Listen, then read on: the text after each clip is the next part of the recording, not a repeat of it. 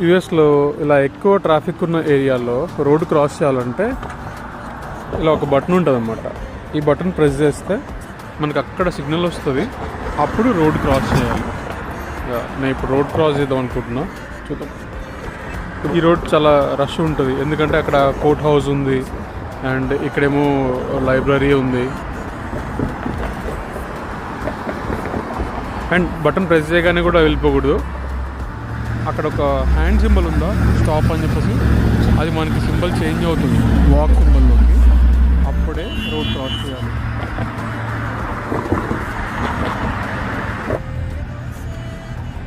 ఇప్పుడు సిగ్నల్ పడింది చూసారా, వాక్ సింబల్. ఇప్పుడు మనం రోడ్ క్రాస్ చేయొచ్చు. టైమర్ స్టార్ట్ అయింది అండ్ ఈ టైమర్ లోపు రోడ్ క్రాస్ చేయాలి.